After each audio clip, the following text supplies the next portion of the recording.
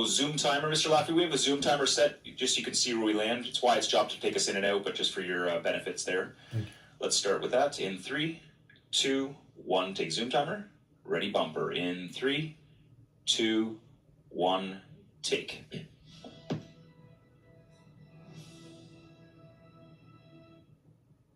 Welcome back to Forum Focus. I'm Wyatt Sharpe. We are continuing our conversation on Trump's geopolitical impact, and joining us to discuss it all is Steve Laffey, someone who knows Trump well because he ran against him in the 2024 presidential primary. He's also the former mayor of Cranston, Rhode Island. Steve, very good to have you with us.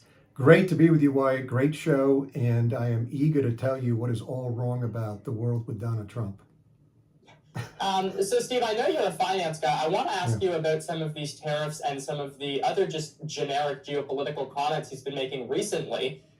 Does some of the comments that he's making about, again, things like tariffs make economic sense? A lot of people, both in Canada, the United States, economists, are saying that it would increase the cost of living for the average American family by more than $900. Are you in support of his comments on these tariffs? Only the tariffs on communist China that I've talked about publicly since 2005, because they're dumping steel. They're building up a military to destroy America as a stated goal. But with Canada specifically, it is the dumbest thing I have ever heard. First of all, Donald Trump doesn't have a consistent policy about this. He signed the new NAFTA as the last time he was president. Now he's going after our greatest ally and our own companies because he tries 25% tariffs on everything, then he backs off even though nothing happened.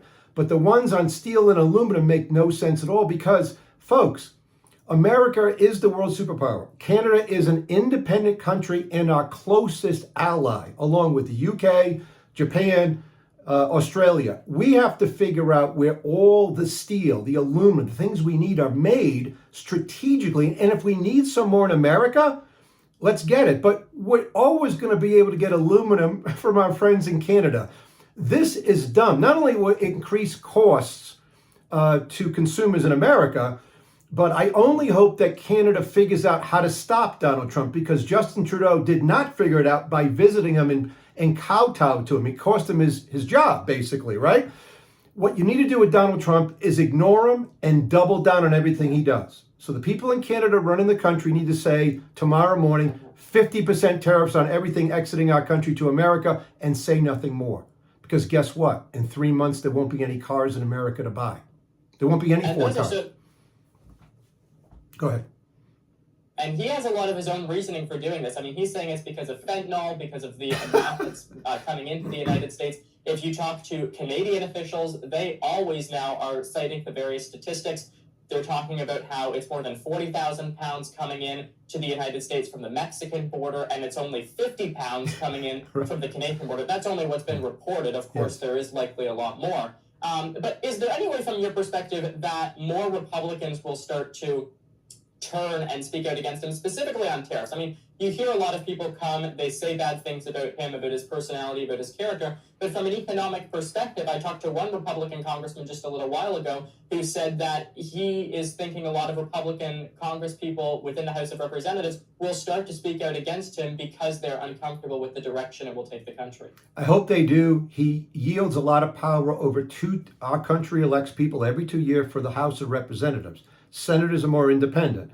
So he yields a lot of clout on people who are scared. But here's the thing. It's time to stop being scared, because a lot of this stuff is complete nonsense. It makes no sense. And I feel bad for our friends in Canada. We're allies. Does Trump have a point, by the way, at NATO, when everybody should be up to 3% and probably 5% given the threats around the world? He does. But there's a way to do that. It's not talking about fentanyl, which is nearly non-existent coming in from Canada. By the way, what are you going to do about it anyway? Anybody ever take a look at the border going across? How would you stop it anyway, folks? Because if we don't stop the demand of people taking fentanyl in America, it's going to come in from somewhere. So a lot of this stuff is non-existent, but I do think that his back and forth, he will lose the impetus of power, and eventually, I think within 6 months, become the emperor with no clothes on these issues, and people will turn against him because they'll see that they're going to lose the majority of Republicans in the House next year anyway, and so they will turn on him, but not yet. And Steve, very quickly, we only have about 20 seconds left here, but do you think it's time for the United States or Canada to look beyond each other as the biggest trading partner? Canada was the biggest trading partner with the U.S. for a long time. It just fell into second. Is that a sign that maybe we need to diversify the trade market? I hope not. Canada's a great ally. You have wonderful oil and gas. I know we got a problem with the Quebec people with their farmers. We always have specific issues, but Canada and the U.S. are great allies. Our borders are shared. We have an ocean on each side. We have to stick together and overcome Trump on this. All right, we do have to leave it there. Steve Laffey, thank you so much. God bless. Great to be with you. Thank you. We'll be right back.